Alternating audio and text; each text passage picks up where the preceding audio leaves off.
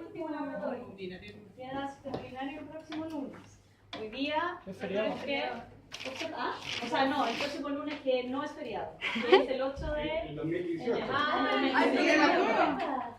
Sí, pero finalizando el práctico. En la cátedra. En la hora de cátedra. ¿Y tú qué hora? ¿También la última? Yo creo que va a ser en sala. Aprovechar el cena en sala ¿Qué? a todo al mismo tiempo, al unísono. ¿Qué? Compartiendo el laboratorio. Pero eso entra en la cátedra el mismo día. Por supuesto. Es el sentido que la tengan ese día. Y pero ustedes la van a traer, cuidado, y la clase de urinario y de la tuya. Sí. Nada más. ¿Y la clase de también? Sí. Sí, yo quiero también. La clase también. Ya. Y hoy día pasamos al embrionario al final. Comenzamos con embrionario, Sí, ¿cierto? sí. Hoy viene a hacer la guagua entonces. Qué bonito. Eh. Qué bonito. Ya, chicos, sistema digestivo. Tenemos en las distintas especies de animales distintos sistemas digestivos. Ustedes ya tuvieron anatomía del canino y ahí vieron un tipo de sistema digestivo, que es el que tienen los carnívoros, que es bastante parecido al que tenemos nosotros, pero van a ver el próximo semestre anatomía comparada que los bovinos tienen agregados 3 estómagos adicionales que no son glandulares. En general los rumiantes, los cerdos también tienen una variación dentro de su estómago y los conejos también tienen un ciego, al igual que los caballos, bastante desarrollado, que también es importante de mencionar. No tanto en términos histológicos, pero sí más bien en términos anatómicos y funcionales. Ahí les van a dar duro en fisiología y en anatomía con esas diferencias, pero es importante que ahora mencionemos al menos algunas, las más relevantes, sobre todo respecto a los estómagos que no son glandulares. Como características generales de todo el sistema digestivo tenemos que, ¿cierto? Es un tubo muscular, es decir, vamos a tener tejido muscular a lo largo de este tubo y va a presentar algunas regiones que están más dilatadas que otras, ¿cierto? ¿Qué región conocen que está más dilatada o menos dilatada? El estómago, ¿cierto? Más dilatado que el esófago, por ejemplo. Presenta movimientos peristálticos, ¿cierto? Para permitir el avance del alimento a lo largo del tubo digestivo. Y en ese tubo no solo va a pasar el alimento, sino que va a ocurrir una digestión mecánica, se va a moler, se va a triturar, ¿cierto? Por los movimientos, se va a mezclar y también va a haber una digestión química. ¿Cuál es la digestión química? La que se lleva a cabo por las enzimas, ¿cierto? Hay que degradar estos alimentos que poseen nutrientes a nutrientes de cadena más pequeñas, especialmente llegar a aminoácidos, principalmente en el caso de que sean proteínas. Por ejemplo, como dice y ya les adelantaba, permite la clasificación de monogástricos, poligástricos y pseudorumiantes. ¿Cuáles creen ustedes que son los monogástricos? Los que tienen solo un estómago, ¿cierto? Todos menos los rumiantes. Esa es la forma más fácil de aprenderse.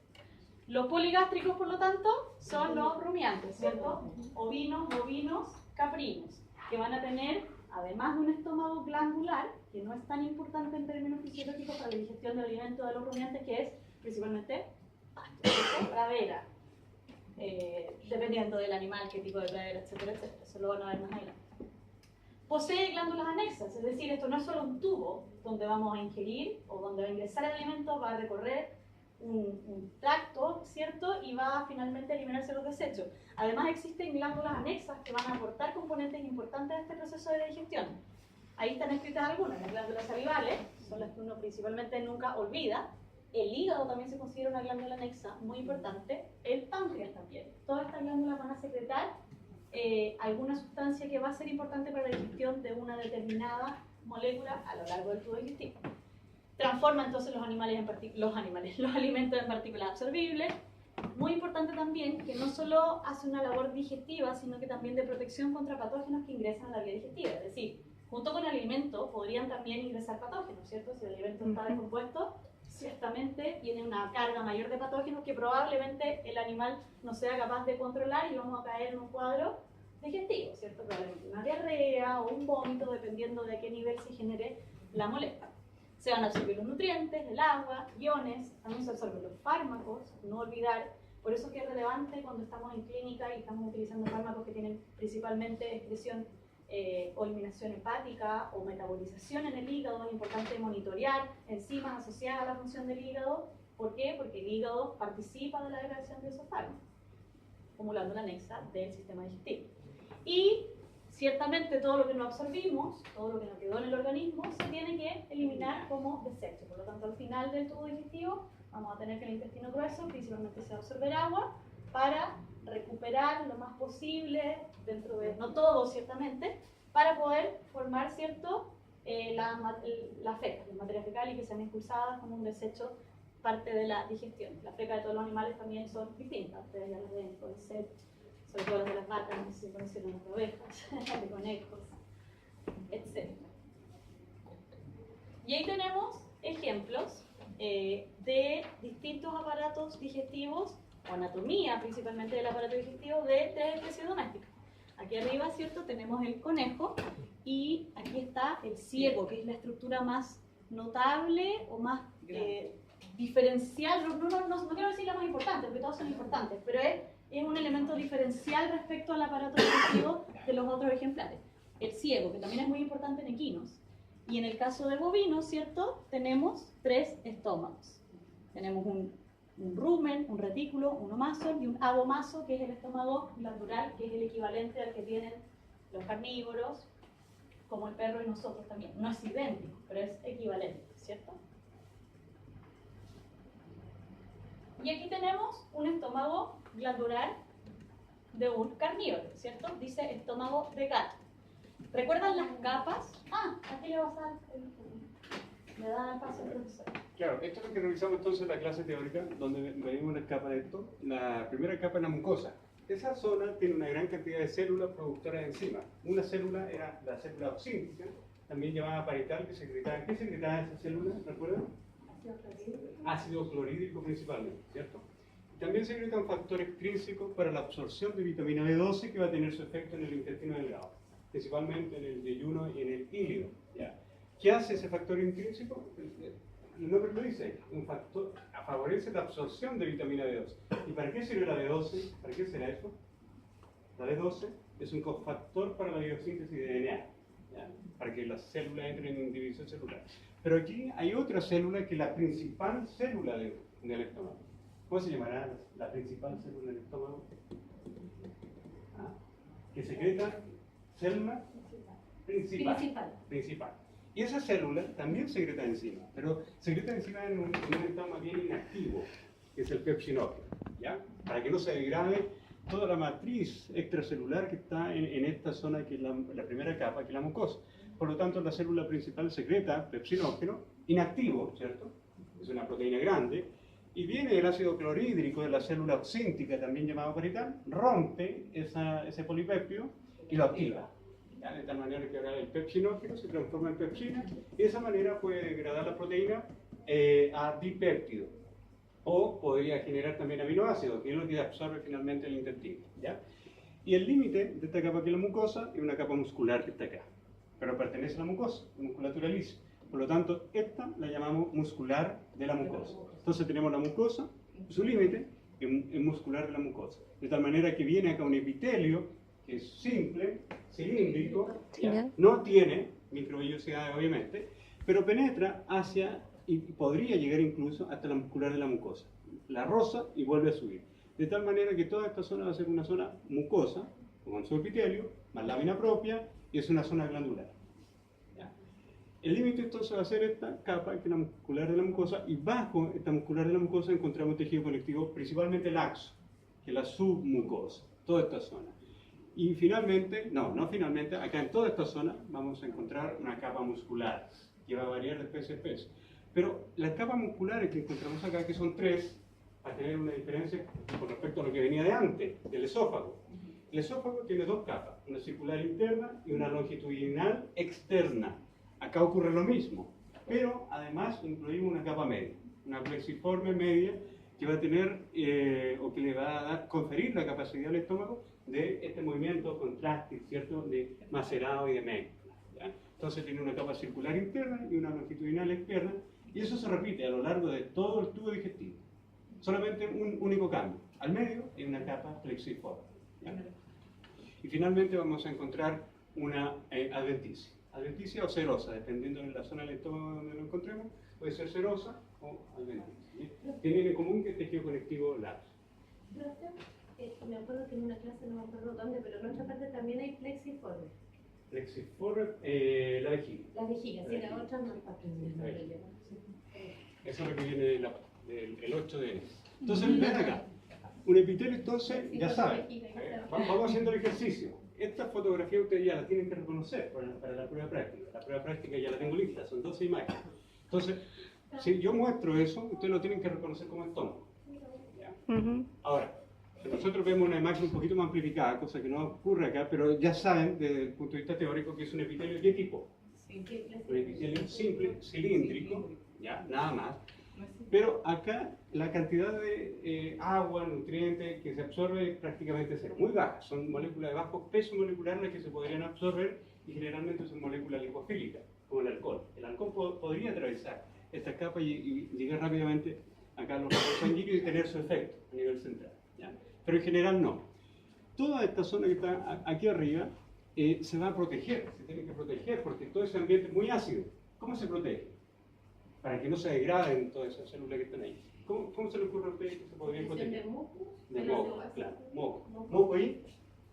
¿Qué más podría neutralizar el ácido? Bicarbonato. Bicarbonato. Por lo tanto, todas estas células que están en la superficie, no estas que están en la profundidad de la glándula, sino que las que están aquí arriba en la superficie, secretan un moco y ese moco va a tener en su estructura también mucho bicarbonato, de tal manera que el pH en esta zona es más bien alcalino. Mismo mecanismo que utilizan algunas bacterias, como el Helicobacter pylori. Se recubre el moco con bicarbonato para resistir la acidez que se está produciendo a este nivel, ¿ya? Y hacia abajo entonces vamos a ver una alternancia entre células principales que van a estar más abundantes en esta zona, la zona basal de la glándula, y las células oxínticas que van a estar hacia arriba. Pero las glándulas, o las células principales son más bien, ¿cómo se le ocurre a ustedes que podrían estar estas células que secretan pepsilógeno? ¿Serán células más bien acidófilas o células más bien basófilas? ¿Y por qué? ¿Son células que se tiñen más de azul o células que se tiñen más de rojo con la eosina? ¿De azul? Son más basófilas, porque secretan proteína. Por lo tanto, las células que están secretando proteína tienen un organelo en abundancia, ¿cierto?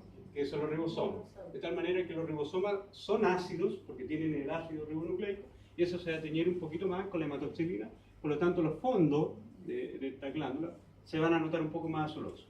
Y el límite de esto, ya de la capa muscular, va a ser la muscular que pertenece a la mucosa.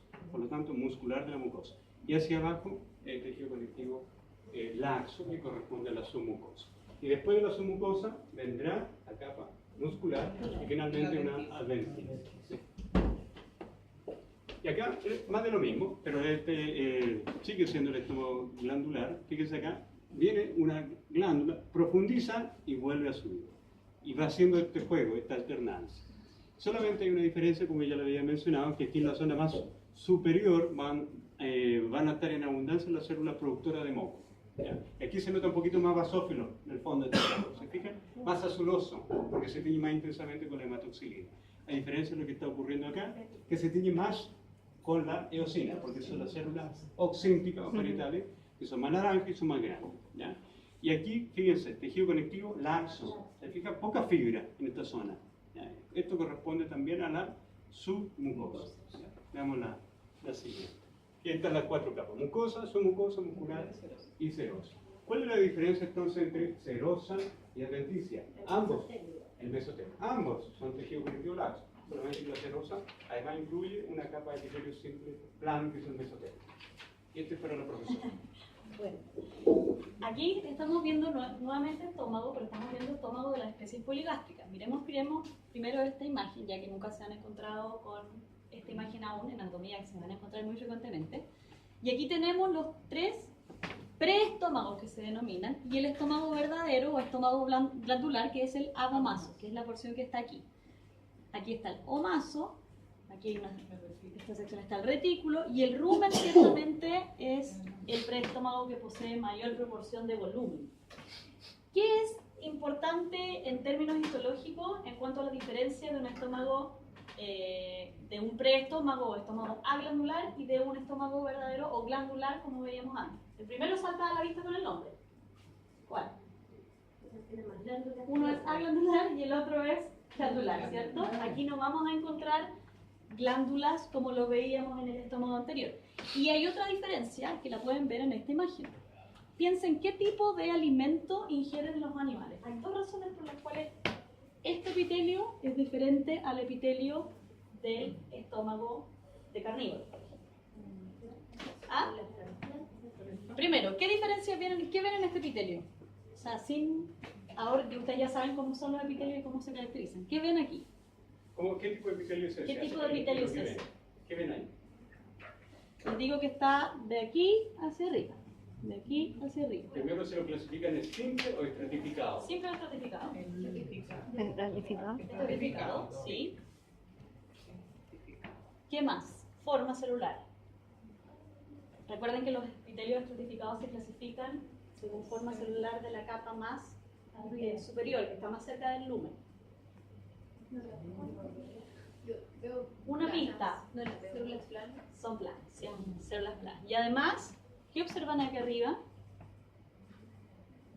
Una capa como queratinizada, algo así. Una capa queratinizada, exactamente. Una capa queratinizada. Aquí está con mayor aumento. Aquí se fijan en este borde, el epitelio y la capa queratinizada. ¿Qué ingieren los rumiantes?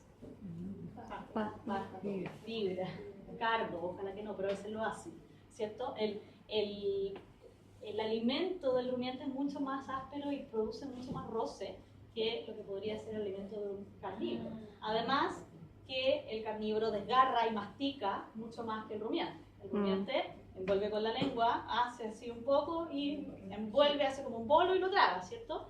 Pero el pastito va completo. Si pensamos en trigo, por ejemplo, esas sustancias efectivamente generan roce en la mucosa, por lo tanto aquí tenemos una mucosa estratificada, al igual como lo teníamos en la piel, ¿cierto? Con un epitelio estratificado, por lo tanto permite protección, ¿cierto? Y además, en el rumen existe todo un sistema bacteriano, que lo van a ver en fisiología, yo no soy experta en ese tema, que permite transformar este pasto o esta vegetación, ¿cierto?, en nutrientes para el rumiante.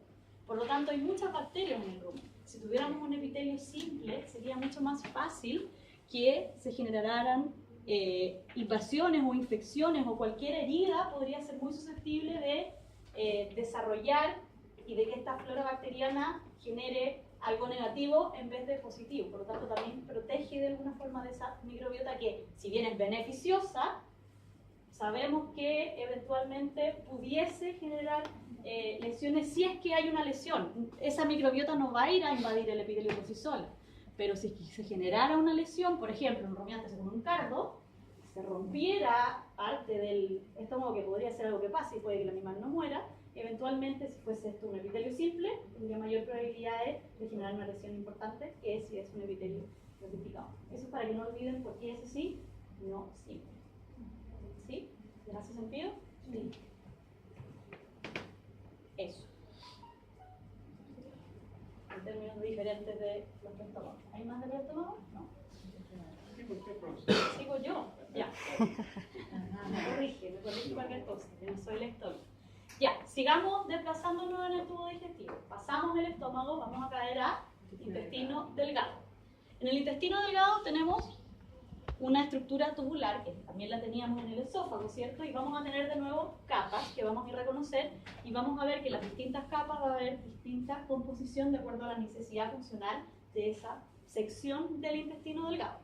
Lo primero, y que es lo que está mostrando en estas imágenes de microscopía electrónica, es que la mucosa, la primera capa en contacto con el lumen del intestino delgado, posee estas estructuras que están aquí, o posee no una estructura, sino que se dispone de cierta forma. ¿Cómo se llaman estas evaginaciones de la mucosa que le permiten aumentar la superficie de absorción? Vellosidades intestinales, ¿cierto? Muy bien. No confundir con la especialización apical de las células que componen esta mucosa, que tienen microvellosidades. Suelen confundir el concepto de microvellosidad con vellosidad intestinal, así que ténganlo bien claro. Perfecto, entonces tenemos la mucosa, que tenemos las vellosidades intestinales, tenemos las células que están componiendo, ¿cierto?, este epitelio, que es un... ¿Cómo se clasifica el epitelio de la mucosa del intestino delgado?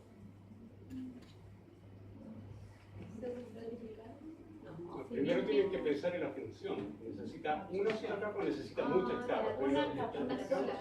Partan por ahí.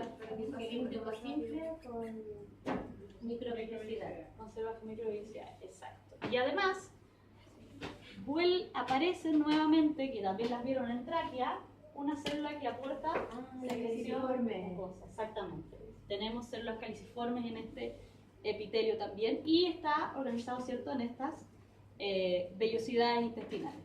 Además, estas vellosidades intestinales, ¿cierto?, son evaginaciones de la mucosa, pero también hay invaginaciones de la mucosa para formar glándulas. Y aquí no se ve tan bien aquí, pero fíjense ahí, ¿se fijan? Esas glándulas se llaman glándulas del Liverpool. ¿Así la pasaron en ese nombre antiguo o nombre nuevo? Intestinales. Sí. Glándulas Así. intestinales, ya. Glándulas intestinales. Ahí están las glándulas intestinales, ¿cierto? Después vamos a tener también una muscular de la mucosa, al igual como la teníamos en... ¿Dónde teníamos muscular de la mucosa también? Exacto. Muscular de la mucosa. Vamos a tener una capa submucosa, ¿cierto? Y en esa capa submucosa, por ejemplo, a nivel de duodeno, tenemos una porción importante de glándulas que se denominan glándulas de Brunner, especialmente en el duodeno. Recordemos que el intestino delgado lo podemos dividir en términos funcionales en 3 secciones. Duodeno, desde craneal a caudal, si pensamos en un cuadrúpedo, duodeno inmediatamente después del estómago, después yeyuno y después ilex, ¿cierto? Bueno, principalmente en duodeno, en la submucosa podemos encontrar a estas glándulas de Brunner. No sé si las vamos a ver en alguno de los cortes. ¿Y qué secretan las glándulas de Brunner? Ayúdenme. Lo que pasa es que tienen que pensar en la función, ¿cierto? El intestino en su primera porción, ¿qué está recibiendo? Un alimento extremadamente ácido, muy ácido. Por lo tanto, ¿cómo neutralizamos eso? ¿Cierto? Con bicarbonato y músculo. Entonces las glándulas de duodenales Duodenales. secretan mucho moco y bicarbonato. Lo mismo que está ocurriendo a nivel superficial del También son duodenales y no de Brunner. También, sí. Ah. Es más fácil. Yo tengo más los nombres fácil. antiguos, los nombres nuevos son más fáciles. Glándulas duodenales, entonces, ¿ok? Y así no van a olvidar que están en duodeno. Sigamos, estábamos en la submucosa. ¿Qué capa viene después? La capa muscular, ¿cierto? Y la capa muscular está compuesta por 2 capas de músculo que tienen distintas disposiciones. Las mismas que veíamos en el esófago. ¿Cuáles eran? Circular La circular interna, ¿cierto? Primero la circular, estamos desde el lumen hacia el interior, y después la longitudinal externa, exacto. Y después, más externamente, ¿qué capa van a tener? La serosa, porque ya estamos en cavidad abdominal, por lo tanto es muy probable que el mesotelio esté cubriendo las vísceras, ¿cierto? Se está cubriendo las vísceras, por lo tanto vamos a denominarla serosa, ¿cierto? Es una membrana. ¿Qué? La cerosa. La serosa, una membrana, ¿te refieres a qué es algo? ¿Cuál es tu concepto de membrana? Claro, es como lo rodea. O sea, es como una capa en el Claro. fondo, ¿sí? Es como una capa, no es como una tela, o sea, no podríamos sacar así la serosa porque la serosa está compuesta de tejido conectivo y del mesotelio, que es recordemos que es un epitelio simple plano que va a estar cubriendo a ese tejido conectivo, por lo tanto no podrías sacar la serosa como podrías, entre comillas, ficticiamente, mover la muscular, sacar la muscular, que está, ¿cierto?, rodeando el intestino. Esto es como una unión de tejido y el tejido conectivo laxo, recuerda que es laxo. ¿Qué más? Me dijeron epitelio. Tiene la lámina propia. Tenemos el epitelio rastrilento, ¿cierto? La lámina propia. ¿Y de qué está? ¿Y qué Tejido tejido conectivo. conforma? Ya, perfecto, tejido conectivo. ¿Y qué más? Muscular. Y la muscular de la mucosa. Generalmente se olvidan los estudiantes de la muscular de la mucosa cuando uno habla de mucosa. Dicen epitelio, conectivo y el muscular de la mucosa queda como, ups, ¿se acuerdan de este muscular? Porque se nota mucho más. Pero aquí se ve bastante bien la muscular de la mucosa. Y tenemos aquí también, ¿cierto? Las evaginaciones y las invaginaciones. Microvellosidades intestinales, ¿cierto? Y las glándulas intestinales. ¿Qué tenemos aquí? No, estas no podrían ser las de Brunner. ¿Por qué no podrían ser? Porque no, pues sirven para... ¿Es la cerosa? Sí. No, están en la serosa. ¿Dónde estaban? La de Brunner tiene otro nombre por algo. Duodenales. Exacto. Y están principalmente en las submucosas. Exacto. Ya, aquí está la submucosa. No es duodeno. No es duodeno, porque veríamos mayor proporción, se ve, cuando es duodeno se nota mucho las glándulas. Y ahí claramente no se nota. Y aquí tenemos Muscular. la muscular. Exactamente. Recordemos que la muscular tiene dos disposiciones. La capa muscular externa, que se llama esta capa muscular, tiene